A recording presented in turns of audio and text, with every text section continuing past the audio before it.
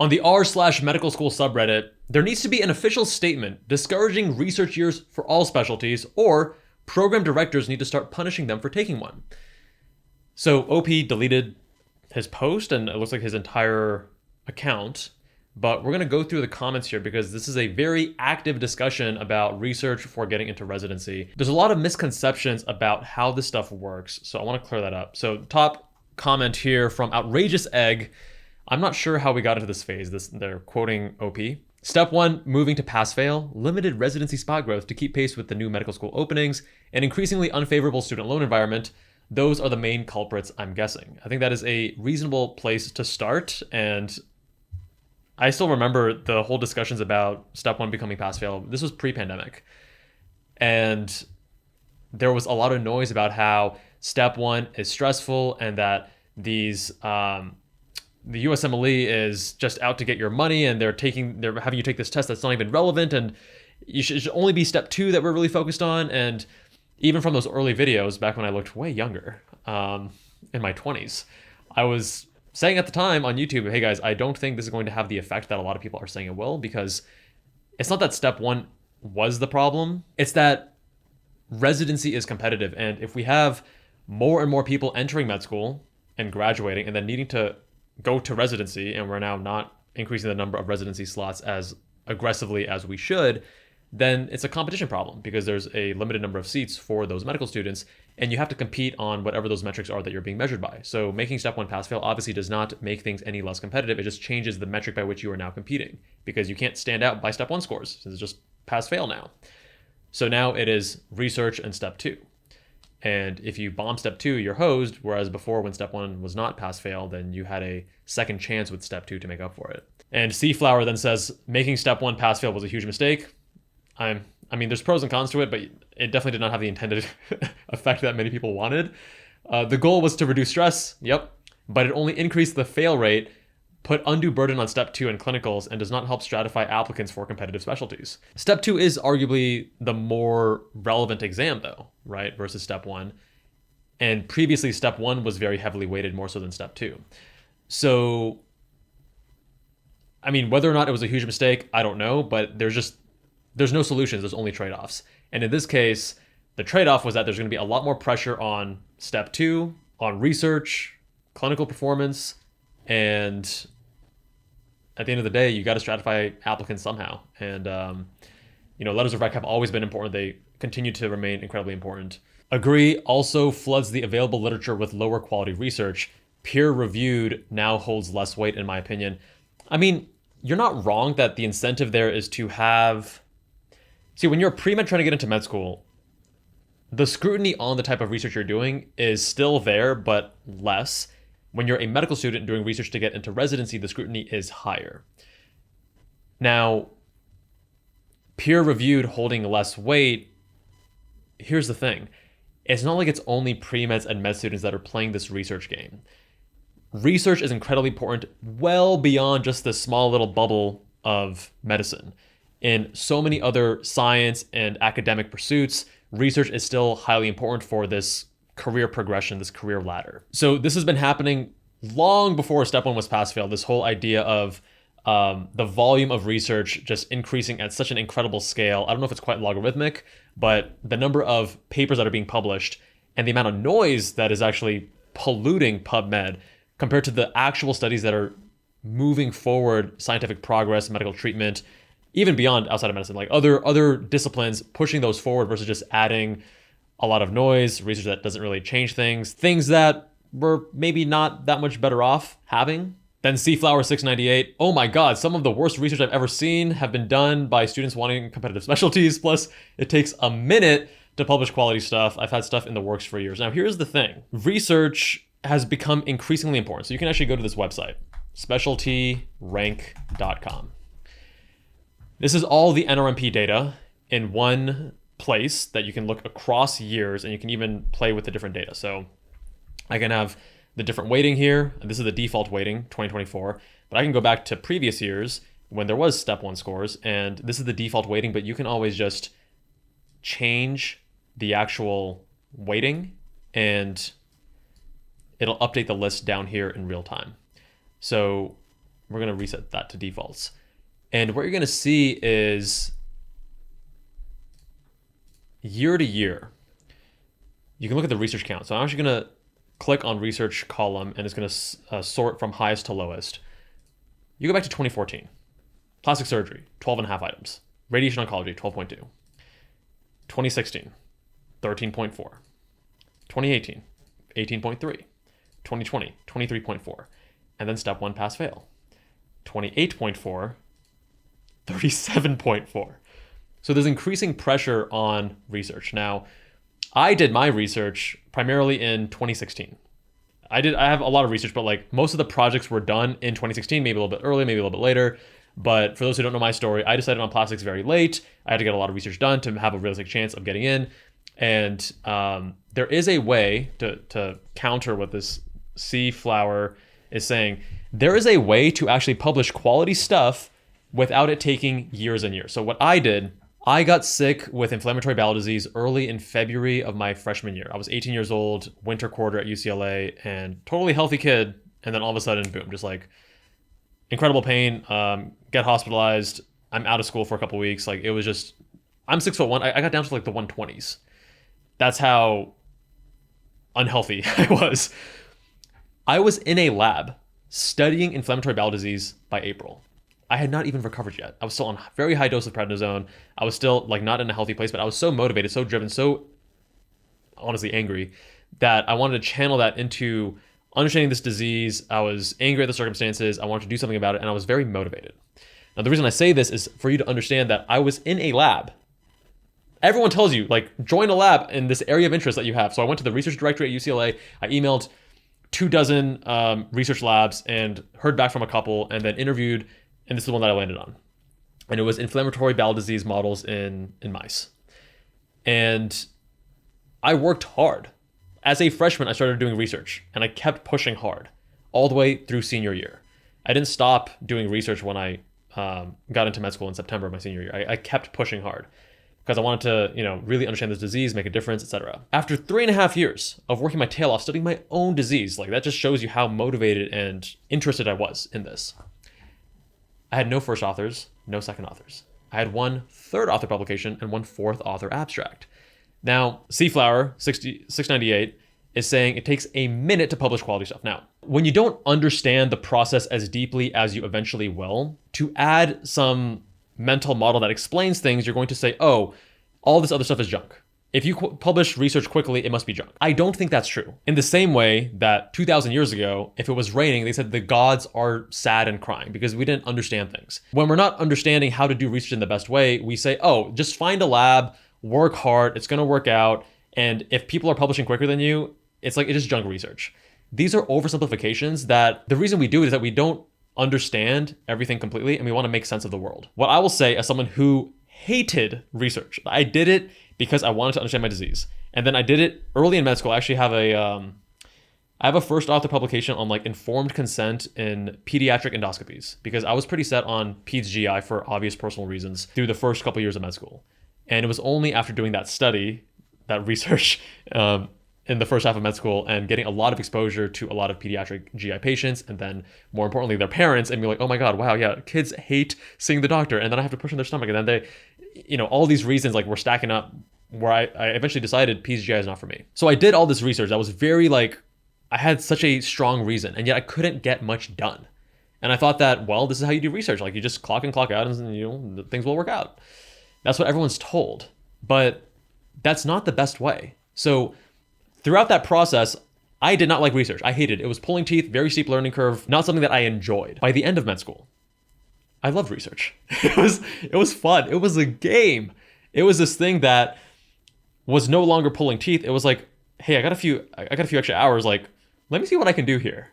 Which I know sounds ridiculous if you're at the early stage, because now it's like completely other end of the spectrum, actually enjoying it. And what I will say is that the better you get at anything, if it's basketball, like I'm tall, I'm 6'1", and in grade school, I was always like, one of the tallest kids. I sucked at basketball.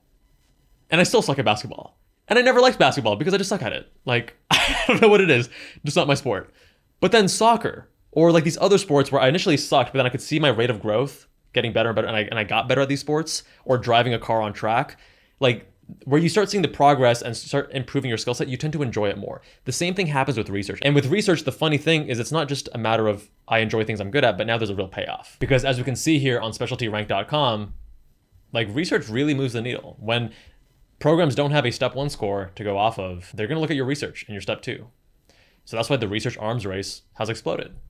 And if you guys look at early med school insider stuff, 2016, 2017, like I never really focused on research as much because it wasn't as important. So we focused much more on the things that were more important back then. And only in the last few years, as research has massively increased in importance, have we focused on it. And now you'll see in multiple videos, I'll talk about my research experience, right? So if you go to researchgate.net, you can look at my research and you'll see here that I have 713 citations as of the date of this filming, with an H index of 17. The reason this is relevant, especially to this comment from cflower698, is that, I don't think that it needs to take tremendously long to publish quality research. You can do it in a much shorter period of time. These numbers I'm talking about, like an H index essentially means how many papers do you have that have that number of citations or more.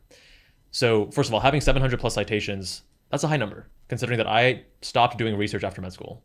There were a couple papers that were just like, they're already written and we're doing revisions in my first year of residency. I haven't done any new research since med school though. And that is a highly unusual number. And you may think, well, okay, if all your citations come from one really good paper and the rest are just junk, then what does that mean? Well, an H index of 17 means that there are 17 papers that I have that each have 17 or more citations each. That's a lot of papers with a lot of citations, which shows a high volume of high quality research. And most of this was done in the course of roughly 1 year. So to C-Flower and to other pre-meds and med students, I want to push back on that assumption. I think that there are better and worse ways to approach research. And the thing is that there's a lot of nuance that is lost. You want to find better research opportunities and then also drive more value in those opportunities. You end up getting way more research productivity, way more publications and presentations and abstracts, but then you also get a stellar letter of recommendation because you outperform most other students. So, by the way, for those who want to see my full list, you can go to kevinjabalmd.com, go on the About page, and then you can see all the publications I have, all 29, the presentations, the abstracts, etc. And there's the DOI if you want to look up the paper as well. So is my research going to change the world and patient care? No, to be frank, no. But you want to have a high volume of medium to high quality research if your goal is to maximally improve the competitiveness of your medical school or residency application. What, you don't like med students telling Claude to go p-hack the hell out of their attendings data set? So true. So p-hacking and harking, these are these two principles. Harking is hypothesis after results known. So you gather all the results and then you start thinking like, what should my hypothesis be that can actually be significant so I can write a paper about it? P-hacking is a related concept. It's a distinct concept though, which is that you have a data set and you're going to do different analyses until you find something that has a p-value below 0.05 so you can state statistical significance. And both of these things are not good practices because they result in a lot of false positives. And the truth is, these are way, way, way more pervasive than people think. Now, this is not fraudulent, but it is definitely frowned upon in the literature. I had a reaction video where there was someone talking about academia and he was like, oh, fraud and p-hacking and harking. I was like, oh, hold on. There's a clear line between fraudulent stuff and p-hacking and harking. P-hacking and harking is not good. It's not good research, false positive, etc. But it's a bit far to say that it is fraudulent. It is definitely not ideal research and it results in lower quality conclusions and false positives and such. Terafant M. The problem is using a test never designed to stratify applicants. Not saying the current status quo is any better, but when score differences are not statistically significant, are enough to lock one person out of a program or specialty, that's not a great outcome either. Aggregate of shelf scores would probably be better. Well, why aggregate of shelf scores versus just step 2 CK, which arguably is aggregate of shelf scores, obviously indexed much more heavily on IM versus other specialties. And I'm glad that he or she is not saying clinical rotations and those grades, because that is highly subjective and highly variable based on the program and just your luck of the draw in terms of who you're working with. Realizing the test to test variability of step 1 was the difference between low competition specialty and high demand specialty is always wild. Now, what these commenters are referring to is the measurement error. No test is going to be 100% accurate, and you can't say that, oh, someone who scored a 250 knows more than someone who scored a 249. And okay, that's just 1 point. But what about 5 points? What about 10 points? What about 15 points? a 250 versus a 235? Does the person who has the 250, did they actually score higher with a high degree of confidence, or is that within the measurement error? If we go to specialtyrank.com and we're going to select a year that has step 1 score. So let's go 2022, sort by step 1. And we're going to have descending. So at the bottom here, 225, 228, 230 for family med, peds, and psychiatry. And then at the top, plastic surgery, ENT, dermatology, 251, 250, 248. Let's explore what the measurement error is and how you would actually demonstrate statistical significance in terms of the knowledge of 2 separate test takers. So step 1 had a standard error of measurement of 8 points. So in other words, if someone scores a 240 on step 1, that doesn't mean that, okay, they have a 240 level of knowledge. What it actually means is that they have a level of knowledge that is somewhere between 232 and 248, at least 68% of the time, 1 standard deviation away. Meaning if they received a different but equivalent set of questions, their score would be somewhere in that range. They're not going to be hitting 240 every single time. They're going to be somewhere in that range, 68% of the time. If you want to have a 95% confidence interval, then that's 2 standard deviations. And now you're looking at 224 to 256. Huge range, right? So under these assumptions, for 2 step 1 scores needed to differ by approximately 22 points before you could confidently say the difference was not just measurement noise. And that means that a 240 versus a 245, clearly not a meaningful difference. 240 versus 255, the higher score is definitely more suggestive, but the difference is not statistically significant at the conventional 95% confidence interval level.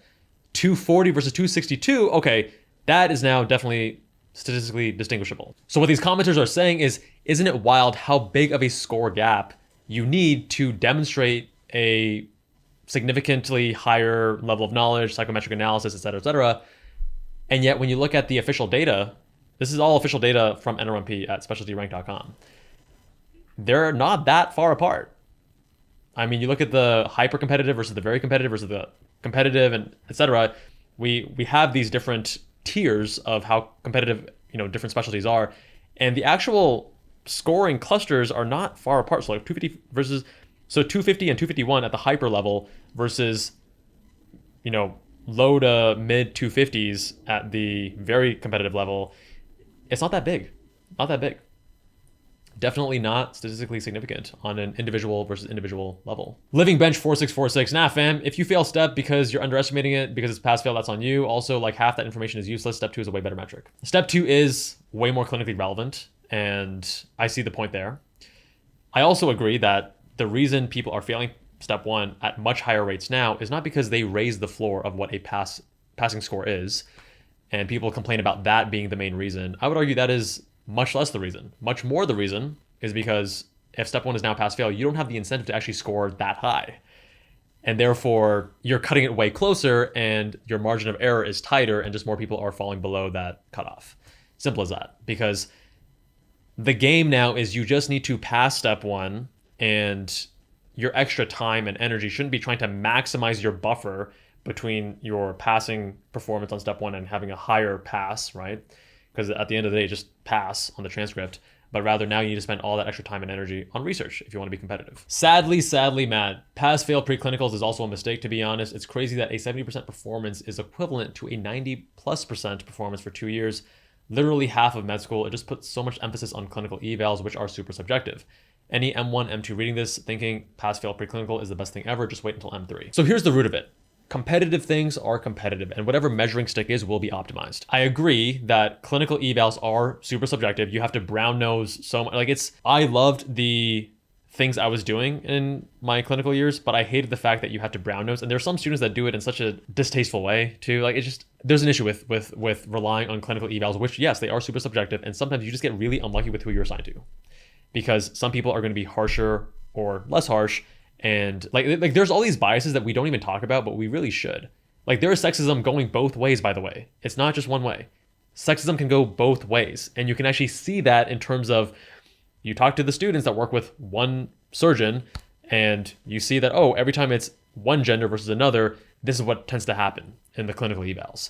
And it's like, well, maybe these are just, if the sample size is just 2, okay, maybe they're just good student, not so good student. But now when you start increasing that sample size and you start seeing this pattern that clusters very tightly around the gender of the person, like these are the issues that, yeah, clinical evals, super subjective, and there are significant issues there. But at the same time, preclinicals not being pass-fail like they were back in the day, that's now another source of added stress, cutthroat competition, because you need to now stand out and be top, right, in your first 2 years. So I think actually having pass-fail preclinicals is better because now you're having a more collaborative culture because people are not competing on these preclinical exams. They're now getting to know everyone. They're building these friendships, having this network, social support. And I think pass-fail preclinical is better. It's also a lot less clinically relevant than your step 2, your shelf, your clinical performance, right, in MS3. Aspiring Katie says, hitting a 90% or 70% on a genetic exam has zero bearing on their competence to be a physician. It communicates no useful information to program directors. Yeah, so here's the thing. There's no single metric that is going to be perfect to decide who's going to be the best doctor. So that's why we have all these different metrics, and none of them are perfect, and it's gamification. Step 1 went pass-fail to reduce med student stress, and somehow we ended up replacing it with research years, the networking meta, and an extra level of financial ruin. There are no solutions in life, only trade-offs. And again, competitive things are competitive. When it comes to research, I think research is the most commonly underutilized method to stand out. For both pre-meds applying to med school and med students applying to residency. The reason being, the gap from how most students approach research to how to do it optimally is so massive. There are 2 things you can optimize then, which is your research output and then also your letters of rec.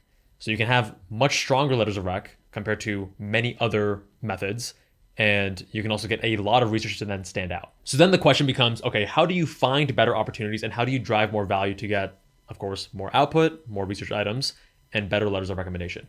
There are multiple levels to this, and I talk a lot on this YouTube channel, but what I've learned is that the same way that I can watch a video on how to do bench press, and then I go to the gym and I'll do a bench, and then I think I'm doing it right, but then the personal trainer's like, Kevin, what are you doing? You're like abducting too much, bring the elbows in, like chest out, shoulder blade back. Like all these little details can be off, even though I think I'm doing it right. We've done so much content on research, and you can find all of that totally for free here on YouTube on the Med School Insiders channel and this Kevin Jabal MD channel.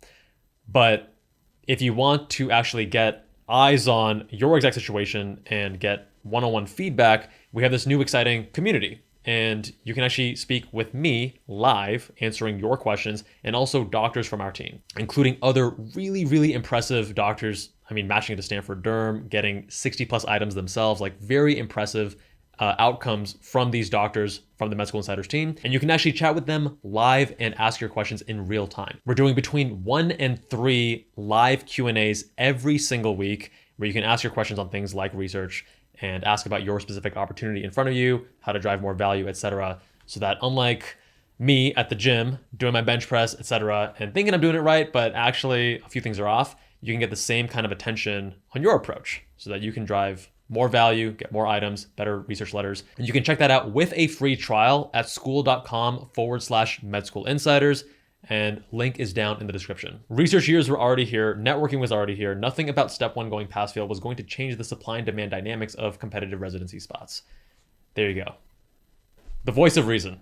Thank you, Moonman75. What I'll say, well, to add some more nuance there, supply demand, competitive things are competitive. You have to optimize whatever metrics are being used to determine how competitive you are, which is why step 2 importance has skyrocketed, research importance has skyrocketed, and step 1 performance has very much diminished. Exactly. I'm tired of everyone pinning all of this on step 1. The exact same situation is happening with med school admissions regarding more gap years, BS research. And here's the thing.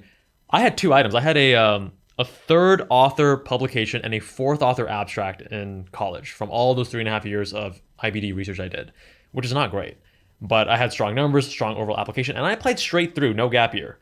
And I interviewed at Harvard. I didn't get in. I got waitlisted. I made some mistakes there, which I actually cover in the school community as to how I was so proud to interview at Harvard of all places, and then swung and missed, whiffed it in the final inning, and how it was a painful lesson. But I want to help you guys avoid that mistake as well. So again, you can find out more about that in the school community. But med school is getting more and more competitive, and research is becoming more and more important for both getting into med school and for getting into residency. Now, do you have to do research to get into med school? No. But if you're trying to go to a competitive medical school that maintains a lot of optionality for you, meaning that you want to be able to go into any specialty and go to a caliber of program that keeps all those doors open rather than closing the doors, then yeah, research is becoming more and more important. And I like these comments, and they're getting some upvotes. It's almost like somebody had said exactly this back in 2019. I wonder who.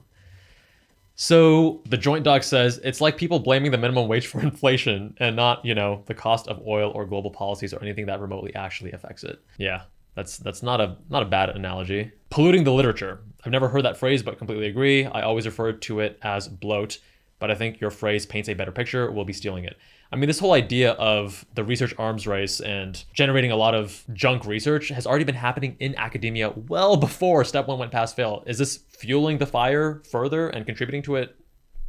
Yes, but it's also not the cause of it. So the point I want to emphasize is that this was already happening. Academic science, other industries beyond just medicine, were already rewarding long publication counts and citations and grants and authorship as career currency. If you want to progress, that's what you got to do. And it was a whole publish or perish mantra. So that was already causing a lot of these issues that are admittedly being exacerbated by step one going pass fail.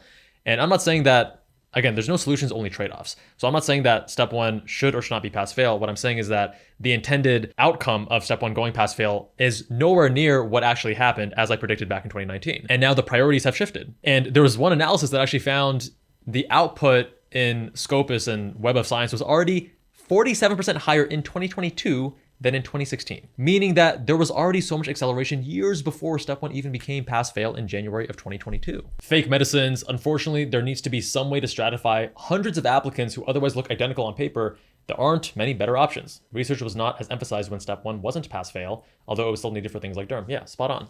Exactly. You just change the weighting and the importance of different factors. And that's why you've seen research count just skyrocket, hockey stick up after step one went pass fail because of incentives. You show me the incentives, I'll show you the outcomes. Charlie Munger. We should just have a magic hat that sorts you into a specialty when you start med school. Bringing Harry Potter, Hogwarts to medicine. To be honest, the most equitable solution. Also, anyone who mentions a commitment to primary care in their med school personal statement is fined $50K if they apply plastics, ortho, etc. Would I be fined then if I was all about peds GI and then I go into plastics? Yeah, probably. Not quite primary care, but still very, very uncompetitive, and yeah, that's funny. Incentivizing people to do primary care and selecting for people interested in those specialties is truly the best way to fix all of this. And then, yeah, intelligent policy far beyond anything the government or med school admins are capable of. Yeah, here's the thing. One of my best friends, his dad was a primary care doctor at the VA, and I worked with him for a year during my third year clerkship. He told my friend, his son, as well as me, do not do primary care. And here's why. It's a lot worse now than before. All this, with EHR and additional charting, and there's, compensations going down, the administrative bloat's going up. Don't do this, definitely specialize. If you made primary care more attractive, you paid them better, and you changed the whole incentivization structure. We actually explain how RVUs work, how doctors are paid over on the Med School Insider channel. We have a whole video on that. They don't really teach you this in med school. They don't even teach you this in residency. And we explain how this works. But yeah, if we change the structure and made becoming a primary care doctor more attractive, I agree. A lot of this would get a lot better because you're going to have a much more even distribution of people wanting to go into different specialties versus a lot of people trying to cluster for those more desirable specialties as they are right now. Not all research years are created equal either. Some programs, it's 100% worth it because you're guaranteed a spot usually at that program, but otherwise it's a huge gamble. I know so many people who did research years for a competitive specialty but didn't match. Some of them were top applicants too.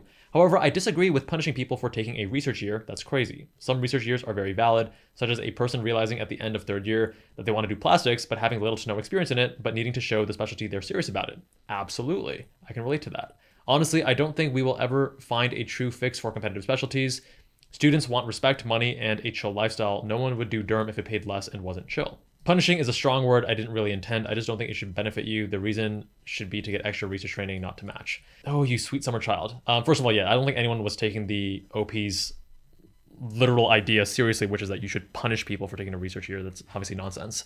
But to think that the reason should be getting extra research training, not to match. People want to be at the top of the game. People want to have these outsized accomplishments and achievements and lifestyles, and then they want the easy way to get there. And it just doesn't make sense to me. I can't relate to it. It's this weird entitlement. Competitive things are competitive. You have to work hard for them. That's just welcome to the world. I mean, there's been a lot of changes since I was a kid when, you only got a gold medal if you actually earned it in the school competition or whatever. And now, like, every kid has to get the gold medal so that they don't feel bad. Like, the world is a challenging place, and we don't have to hide or stick our heads in the sand and pretend that everything should be easy and fair and equal. And no, like, for those who are willing to push hard and achieve great results, they should be rewarded. That's how it works. Like, competitive things are competitive. If things were easy, they wouldn't be valuable. And Seaflower says, it doesn't guarantee you'll match though. That's the gamble. I know at least 5 people who did research years but did not match. And they applied plastics, derm, optho, urology, ortho, neurosurgery, all very competitive specialties. Ah, yes, the cream of the crop. Well, a big part of it too is that during the research year, again, people just find a lab, they try to add value, they don't add as much value as they think, and then they don't get as strong of letters as they think as well.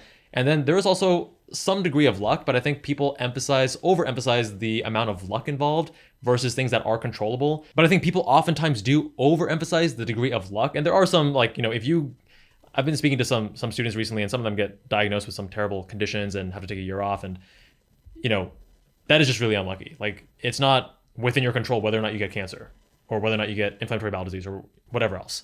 And what I think people tend to overemphasize though is, I worked hard in my research year, and I just unluckily didn't get much research output, and then I unluckily therefore didn't have as strong of a relationship, or I didn't impress my letter writers as much, and then I got unlucky that my application didn't go according to plan. In most cases, you can trace the breadcrumbs to what the original source of that outcome is. And even for students doing research years, I've seen a lot of students who don't actually have as good of output and as good of relationships and letters from their research year as they could. I think it'd be easier to just change ERAS to only allow you to list a small number of research experiences, like 5 max. It would make step 2 scores rise in importance, but hell, it's better to have that than bullshit research years. I'm someone who is a good test taker. I don't mind step 2, but what if someone is not a good test taker? I would argue that, well, it's a skill you can learn. So they should be fine with step 2, but then there's a very valid counterpoint, which is that step 2 shouldn't be overemphasized. It already is so emphasized. And it's always interesting to me how confident people are with, like, opinions, and they don't think through all the ramifications. Like, is it really so much better to have step 2 scores even higher pressure than they already are? Is that really what we should be doing? I don't know. I'm not saying, again, I have the humility to say I don't know all the answers and that there is no clear solution. There's always trade-offs to any of these. But it's just always interesting to me how people are so confident in their opinions, and their opinions are usually not very well thought through. So surprise, surprise, it's the internet. I don't know. I kind of like that research is this thing that you can now optimize for, even in an even more powerful way than before, because I think the range of what most students do to what you can do, it allows you to stand out if you do it in a highly intentional way and you approach it properly. And there's so many nuances to how you actually portray your research, and that is changing, right? The 2026 cycle, I guess the 2027 technically, but this upcoming September, the ERAS is bringing that scholarly work change to how publications and research is reported as a supposed solution to this research arms race, which, again, you show me the incentives, I'll show you the outcomes. Just changing the way you report the research doesn't, it's the whole whack-a-mole thing again. But yeah, it is, again, no solutions, only trade-offs. And I think as the years go on, as getting into med school becomes more competitive, and as these various specialties continue to remain competitive given the current incentive structure, I think that there's more and more pressure to optimize your performance and optimize your overall application. I do not want you to think that you need to burn out, though. I think there is a way to do this intentionally. You don't have to be a robot. You don't have to put your whole life into this. You can have a balanced life. The issue is that people think that their personal life and their professional life are these two separate things. And, I can work really hard in school and do research, but then I want to go home and I want to also, like, eat Cheetos and sleep late and be on TikTok and not have good sleep hygiene and not exercise regularly and et cetera, et cetera. And it's like, well, if you apply discipline to your sleep habits, your nutrition, your exercise, you will be surprised at what intensity you can work during your work hours. Don't work all the time, but like during your work hours, you can have higher focus, higher intensity, get more stuff done, and then you live a very balanced life. We actually have some really cool, interesting doctors who are going to be talking about that. There's this one gentleman who's a Stanford internal medicine resident who is one of our insiders, who will, by the way, be doing a live Q&A very shortly on our school community. Again, school.com/med school insiders. So you can ask him these questions. But what really stood out to me when I was chatting with him is how he was so protective of his personal time. He's like, I worked these hours and then I had a life, and I did not allow myself to just work hard, because he did that in college where he worked harder and harder and didn't have as great of results, and he was unhappy and miserable. And then in med school, he said, I'm going to be much more balanced. It's college 2.0. I very much related to that because my college years were also very challenging for personal reasons. But similar to him, like, I enjoyed my med school much more. And he's like, yeah, I protected my time. I was much more intentional, and I achieved better results, and I was also happier, and I spent less time actually studying and working. So these things are possible. Again, if you want to learn how to do this in a sustainable way, you want to actually stand out in your research and do things properly, choose the right opportunities, drive more value, get a silly number of research items. By the way, don't do 66 like I did. Do 30, and you're going to crush. And guess what? You're going to put in half the amount of effort that I had to put in. Actually, even less than that, because I had to innovate all these techniques that I now teach you. So I didn't just start doing the most effective thing. I worked on research for so many years, troubleshooting, reading books, talking to mentors, experimenting, all these things to build the system that I now teach students that makes you get a silly amount of research done in very little time. We literally have pre-meds. There's one pre-med I just spoke to recently who got 8 items in 1 year. In his first year working with us, 8 items as a pre-med. That's what happens when you approach things in a more effective way. So again, start your free trial, school.com/med school insiders. Much love, my friends, and I'll see you all there.